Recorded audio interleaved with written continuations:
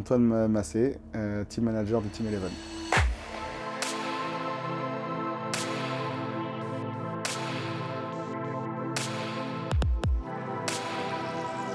Tout a commencé en fait un peu en 2018, où, quand j'ai roulé en rallycross. C'était mon métier en fait de base de coacher. J'ai toujours coaché des pilotes, j'ai toujours accompagné beaucoup de pilotes.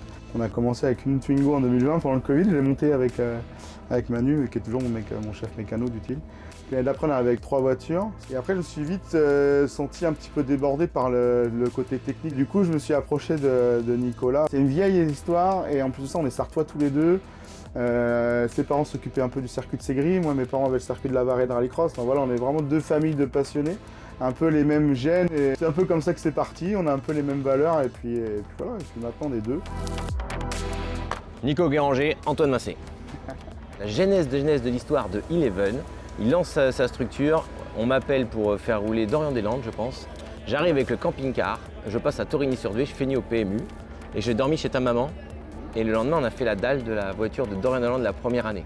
Et donc moi, je synchronise un peu la partie technique, setup, mais la partie pièces, commande, par exemple, ça va être Antoine. Mais des fois, je ne vais pas prêter la main.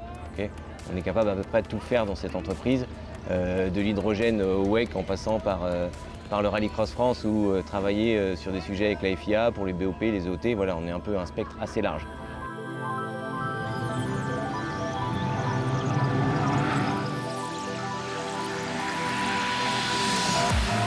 Antoine, il m'envoie toujours des imprimés écrans quand on se partage des séances d'essai. Le perfo en soi, ça ne m'inquiète pas. Moi, c'est la pace, c'est-à-dire la régularité, la répétabilité.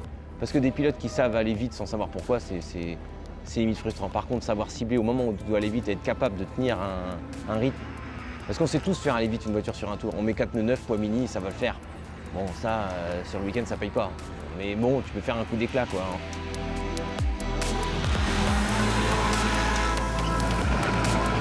On peut me dire que la couleur elle est verte, jaune, violette, c'est pas quelque chose qui...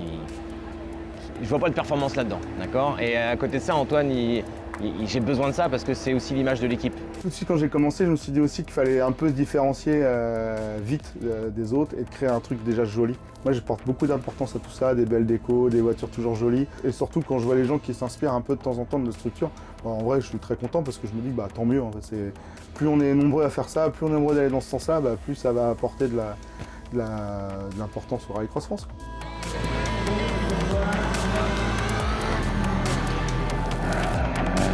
Déjà, formule de promotion, déjà ça me tient tellement à cœur. J'en roule encore en formule de promotion. Pour moi, c'est toute ma vie, c'est la formule de promotion. Et pour moi, elle est inévidente pour passer à un step au-dessus. L'histoire avec Milona est marrante. On a fait la saison de Clio l'an dernier avec plus de bas que de haut. Mais on a dit, on ne peut pas rester là-dessus. Elle avait plus l'âge pour rester en Clio. On est revenu en Twingo, du coup on démarre la saison en Twingo et on démarre la saison pour gagner et elle gagne sa première course ce week-end. Voilà, c'est une belle histoire et j'espère qu'elle va continuer, même si on finit deuxième du championnat, on aura d'autres projets avec elle. Thomas, on va en faire quelque chose, il est très jeune. Nous, notre premier problème, c'est de pas qu'il arrache la bâche, qu'il arrache pas la structure. Sur la piste, ça va aller. Et après, il va falloir qu'on lui explique le jeu de la course, c'est-à-dire que c'est comme une partie d'échecs. Il y a une stratégie derrière tout ça. 4 tours, il y a 5 voitures, donc stratégiquement, il y en a au moins 2 qui seront ensemble. Donc ça, il faut toujours anticiper, toujours être malin.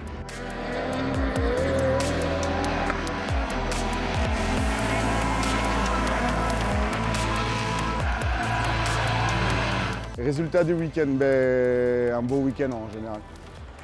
En vrai, les 7 voitures en finale, les 7 voitures pratiquement sur la deuxième ligne. Alors je dis 7, j'ai plus 1, et finalement, il y a aussi Davy.